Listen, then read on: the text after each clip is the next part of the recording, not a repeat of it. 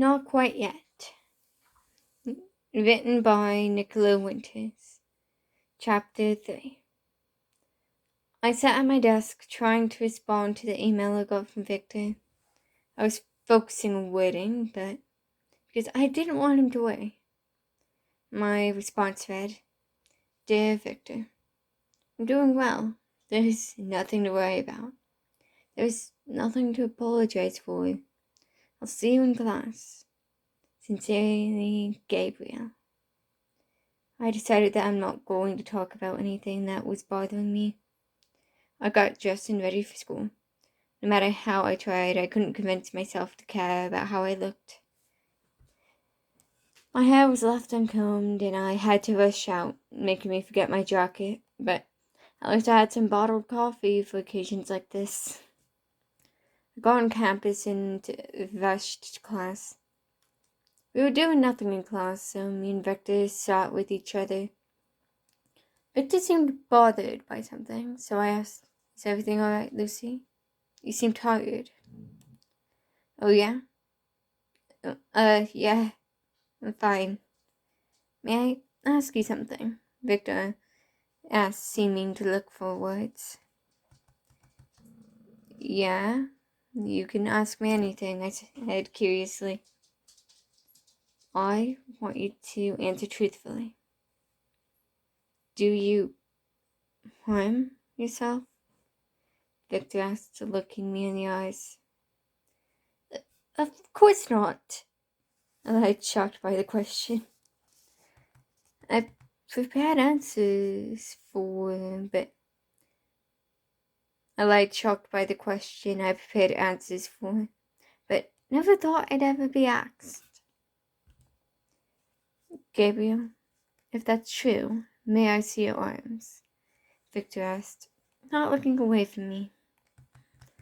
Victor, I started, my head shaking my head. He grabbed my hand, looking at me, saying, Do you want me to look at it, or do you want to show me?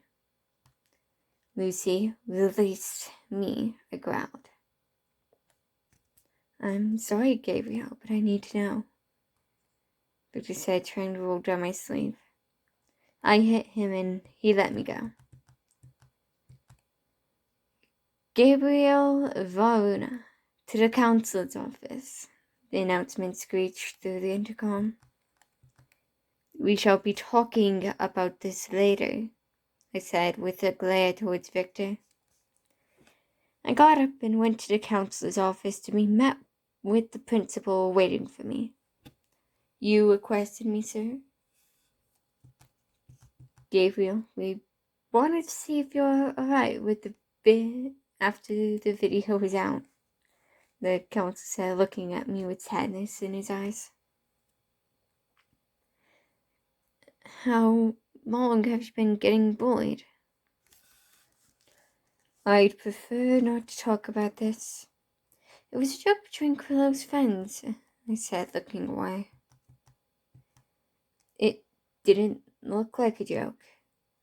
Why would someone beat the crap out of you as a joke? The principal asked with a hand out to me. We were playing a game, and we had an argument, which led to a fight. That's all that is. We have everything solved now, I said with a smile. All right, the principal said as the bell rang. You may leave now. I got up and headed to the door. If something was wrong, you'd tell us, right? I just nodded and walked out the door. So much human interaction compared to normal. Why did they post a stupid video? I collected my backpack from Miss Maves's room and headed straight towards my second block. Someone seemed to just grab me without saying anything. Figures this would happen. They grabbed me and dragged me to the bathroom. This gives me a sense of déjà vu. I looked up to see one of the guys that seemed really interested in me from the group. I couldn't make a sound, but I could tell something was going to happen. I could feel my wrist bleeding from how he had been pinned to the disgusting floor.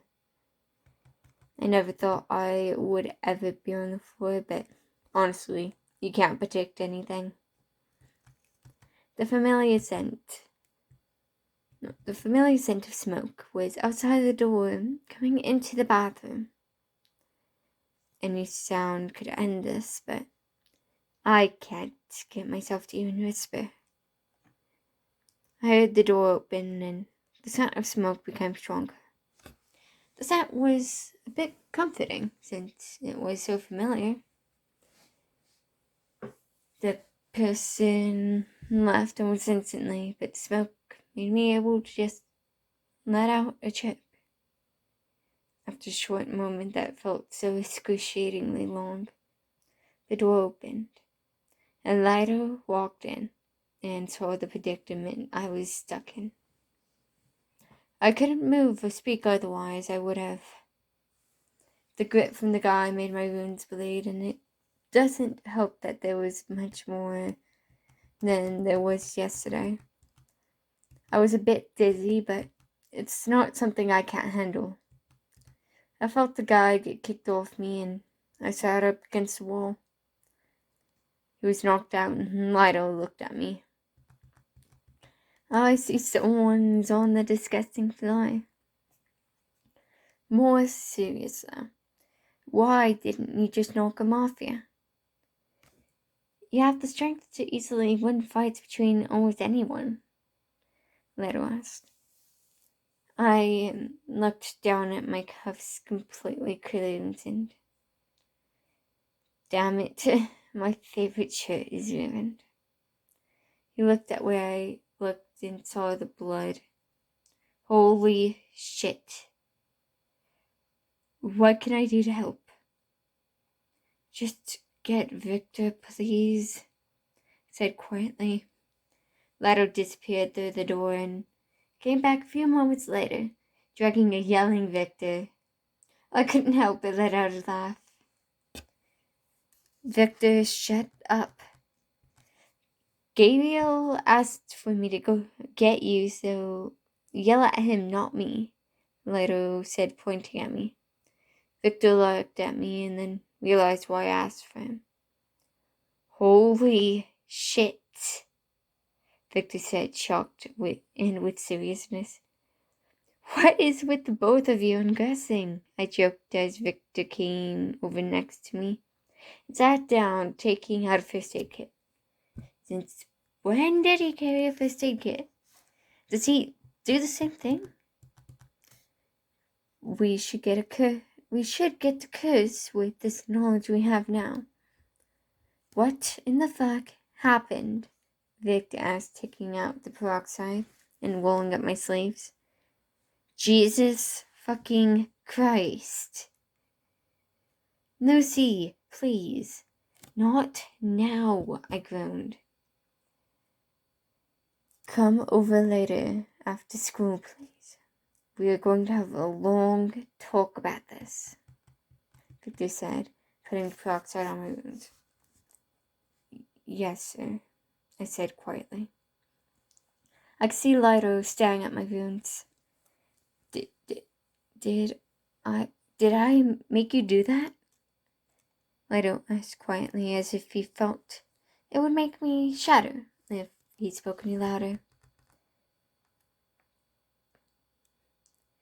That's a stupid question, Victor said, wrapping my arms in bandages. Victor, stop.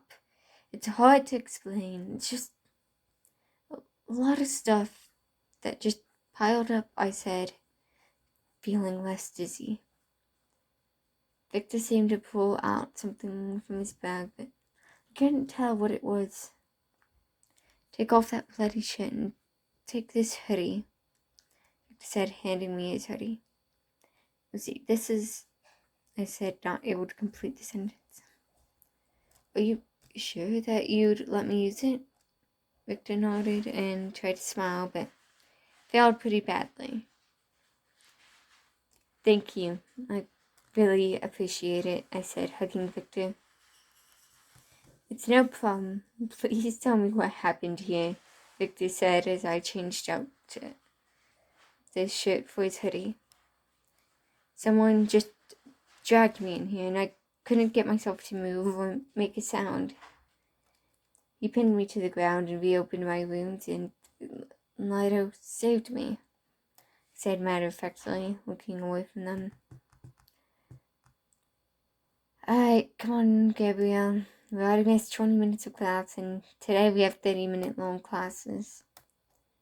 We should probably get going before we go. But before we go, may I brush your hair? Victor asked, pulling out his hairbrush. Memories flashed through my mind, but I still nodded. He brushed my hair after Lido disappeared to class. It seemed to only take 4 minutes to brush through all the knots. Maybe tonight I might be able to style your hair. It would be fun to have you stay over. I nodded again as he put his final touches. He put his hairbrush away and helped me up to my feet. We walked to class, and I told them the same thing as I did yesterday. Soon the third block class started, and as it did yesterday, the classes flew by. I walked home to be greeted with a talk. I can't even put my bag down before they start with this long talk. Why do you have to be so weak? Mom asked after I took a seat in the kitchen. What are they even talking about? You couldn't keep yourself from being bullied? You act like a girl. You didn't even try to protect yourself. Maybe you would have been better off being a female, Dad said, glaring at me from across the kitchen. They continued yelling at me for 5 hours, and with how often we have the 3-hour talks and yellings, I'm surprised I haven't lost their voice yet. They finally stopped, and I was allowed to go up to my room. I opened the computer, expecting an upset email since I was still at my house at 6 p.m. I packed a small overnight bag and tried to walk out the door. Where do you think you were going? Dad yelled across the house. I'm heading to Victor's to do a project. I'll be back tomorrow, I said. You better bring those grades up. They are far too low for someone as yourself, Mom said with a glare. Yes, ma'am, I said, looking away. Stop giving me that attitude, she yelled, slapping me across the face. You're so disrespectful, you stupid child. Over and over and over and over and over again. This happens over and over and over again. After a while, they stopped yelling, and I left the house. I got to Victor's place, and my bruise on my cheek already started to show.